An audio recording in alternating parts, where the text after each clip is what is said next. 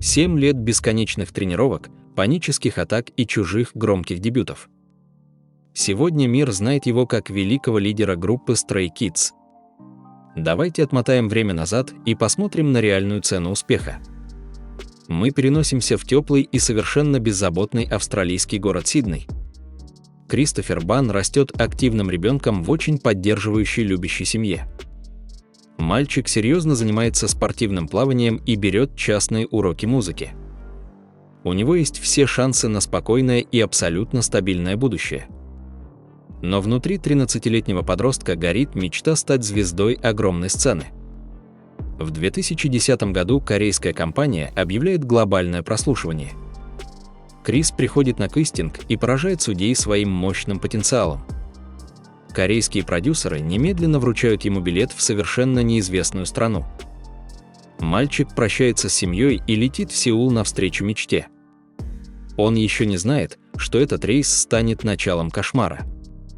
Огромный мегаполис встречает австралийского подростка жестокой конкуренцией и строгими правилами. Крис плохо знает корейский язык и чувствует себя абсолютным чужаком. Ему невероятно тяжело привыкнуть к строгой местной иерархии и субординации. Из-за сильного стресса и резкой смены климата он постоянно болеет. Но природное обаяние помогает ему завести друзей среди напуганных стажеров. Он сближается с будущими участниками знаменитых групп GOT7 и TWICE. Они вместе делят дешевую еду и мечтают о скором дебюте. Юный Чан верит, что его каторжный труд очень скоро окупится.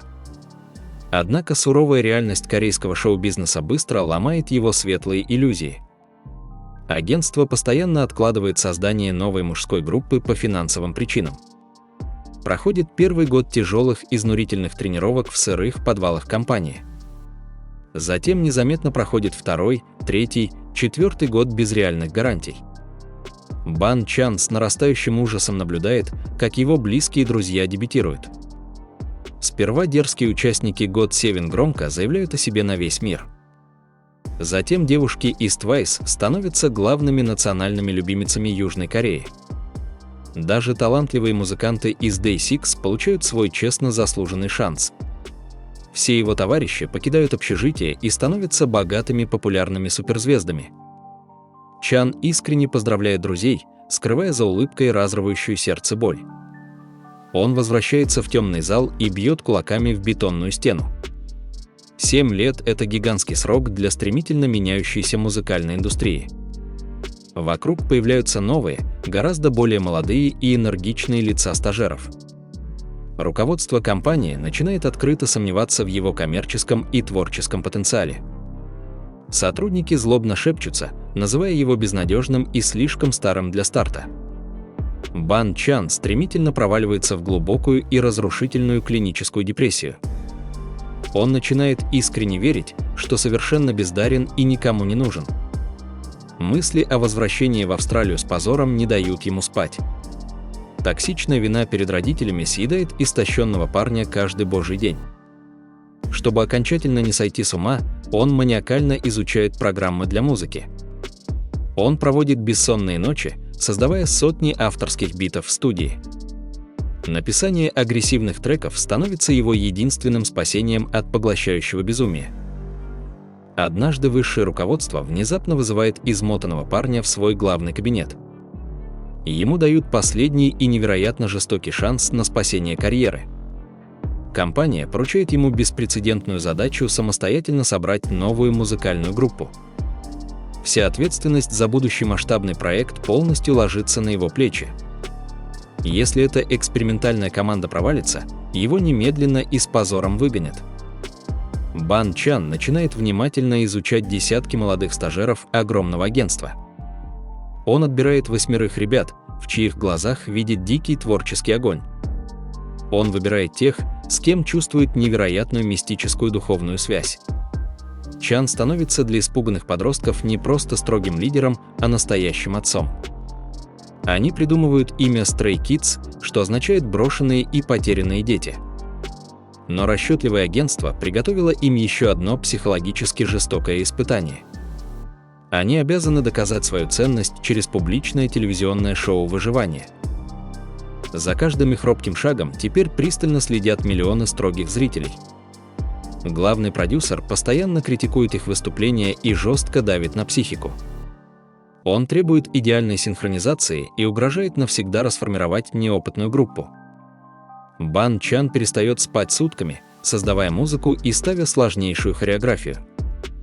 Он терпеливо обучает каждого парня, полностью забывая о собственном здоровье. Напряжение внутри молодой команды быстро достигает абсолютно критической красной отметки. И вот наступает тот самый черный день, которого Бан Чан панически боялся. На очередном отборочном этапе директор холодно исключает из состава танцора Минхо. Бан Чан стоит на сцене, физически не в силах сдержать рыдание.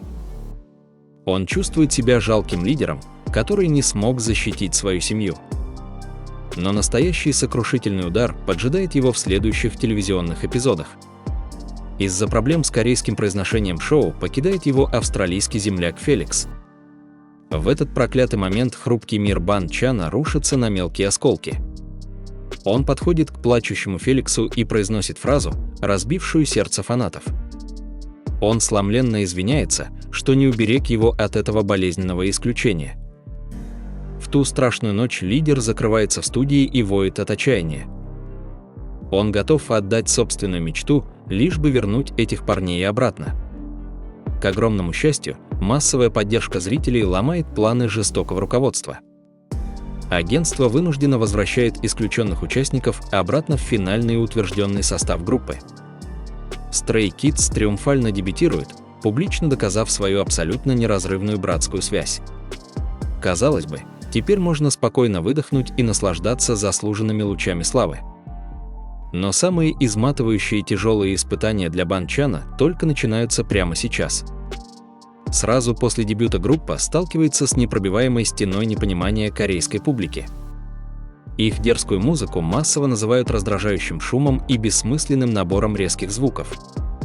Анонимные хейтеры организованно атакуют Бан Чана, грязно и жестоко критикуя его внешность.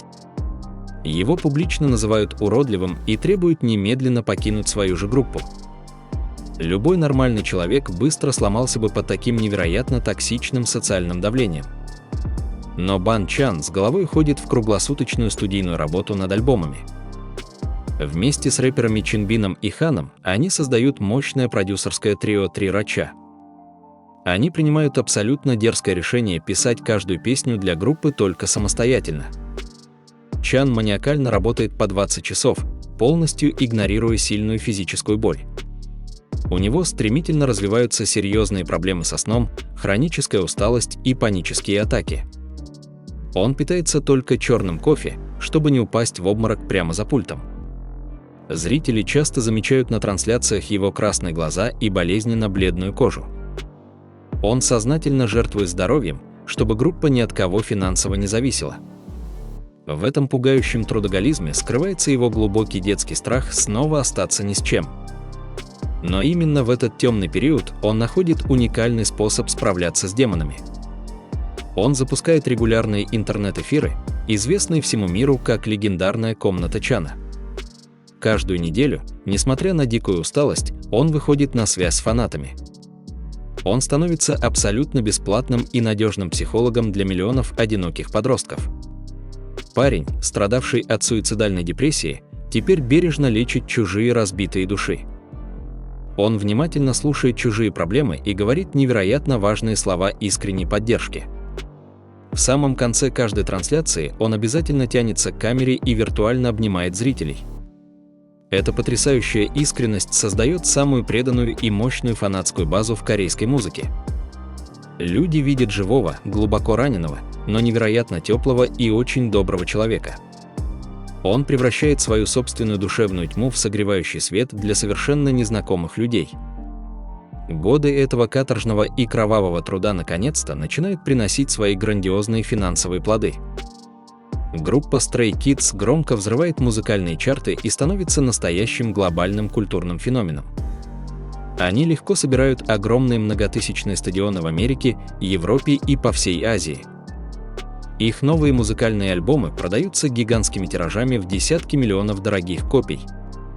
Тот самый раздражающий шум теперь становится их уникальным и безумно популярным фирменным стилем. Они уверенно диктуют совершенно новые и бескомпромиссные правила во всей корейской поп-индустрии. Но несмотря на оглушительный статус суперстара, он остается тем самым тревожным австралийским мальчиком. Он по-прежнему мало спит, маниакально контролируя каждую мельчайшую деталь на всех масштабных концертах. Чан всегда вежливо пропускает младших участников вперед на всех пафосных церемониях мировых награждений. Он постоянно и беспрекословно берет на себя абсолютную вину за любые ошибки или медийные провалы. Его тело полностью покрыто невидимыми шрамами от долгих лет опасных акробатических сценических тренировок. Но его добрая душа покрыта еще более страшными и незаметными для публики рубцами. 7 долгих лет унизительного ожидания оставили в нем леденящий пульсирующий страх внезапной потери всего.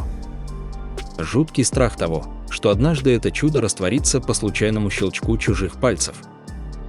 Именно поэтому он работает яростно, словно каждый день на сцене – это его последний шанс. История Бан Чана – это далеко не просто красивый рассказ об очень успешном айдоле.